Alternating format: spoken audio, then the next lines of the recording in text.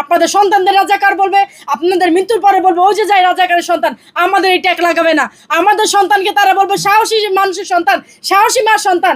আমাদের সন্তানকে বলবে, আমাদের সন্তান বুক চাপড়ে বলতে পারবে যে দেশকে যখন আপনারা মেসাকার করে দিয়েছেন, তখন আমার মা, আমার বাবা, আমাদের বাবা মারা অনলাইনে কথা বলেছে যাতে 3 গুণ আমরা 20 কোটি লোক করবে। কয়জনকে থামাবেন? 10 জনকে থামাবেন, 20 জন আসবো। 20 জন থামাবেন, 1 লাখ আসবো। 1 লাখকে মারবেন, 5 লাখ আসবো। 5 কোটি মারবেন, 10 কোটি আসবো। 10 কোটি মারবেন, 20 কোটি আসবো। পারবেন না আপনারা, থামেন না, কিচ্ছু করতে পারবেন না আপনারা।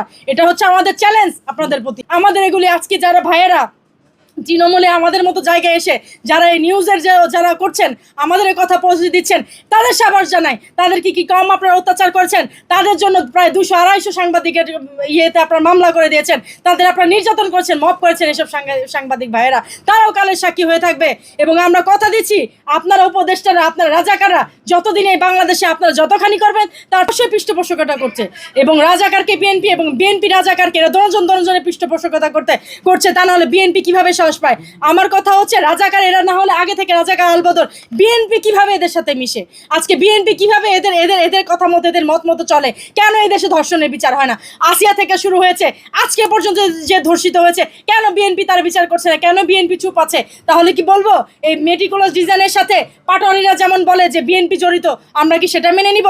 পাটোয়ারির মতো একটা ছাপড়ি লোক যে নেশা করে সারাদিন পড়ে থাকে, এত বড় বড় গোল্লা চোখ দেখতে দেখা যায় কেমন, সে হচ্ছে তারেক জিয়ার কথা বলে যে উনি নাকি 996 কোটি টাকা, কত কোটি টাকা মেরে নাকি দেশ থেকে চলে যাবে। কি করে স্পর্ধা হয় একটা দেশের মন্ত্রীর নামে এরকম কথা বলতে? লজ্জা লাগে না আপনাদের কি লজ্জা হয় না? তারেক জিয়া, ওনার বাবা যে জিয়াউর রহমান, ওনারও তো কন্ট্রিবিউশন ছিল, ওনারও তো বিসর্জন ছিল, যতটুকু ছিল। উনি 3টা সেক্টরে হয়তো এদেশে যুদ্ধ করেছেন। তারেক জিয়ার কি খারাপ লাগে না? আমাদের তো এসব কথা শুনে পায়ে রক্ত হিম হয়ে মাথায় উঠে যায়। উনি কিভাবে সংসদে বসে থাকেন এইসব ছাপড়ি উপদেষ্টাদের নিয়ে? উনি কিভাবে এইসব কথা সহ্য করেন? আমি বুঝি না, আমার আসলে মাথায় ধরে না। এবং উনি যে হচ্ছে এই যে দেশে গভর্নমেন্ট কান্ট্রি, একটা ডেমোক্রেটিক কান্ট্রির গভর্নমেন্ট হয়ে উনি যে এখন যে উপদেষ্টাদের বাঁচিয়ে রেখেছেন এবং এদের যে জেলে পুরে দিচ্ছেন না, উনি এখনও যে মানুষের জান মাল সার্বভৌমত্ব এগুলি নষ্ট হচ্ছে, উনি যে এগুলির পক্ষে কোনো কথা বলছেন না, কি কারণে? উনি কি তাহলে পেইড হয়ে গেলেন সবার মতো? আমাদের তো আশা ছিল উনি আমাদের দেশের হয়ে কাজ করবেন। আমরা তো এই জন্যই তাকে ভোট দিয়েছিলাম।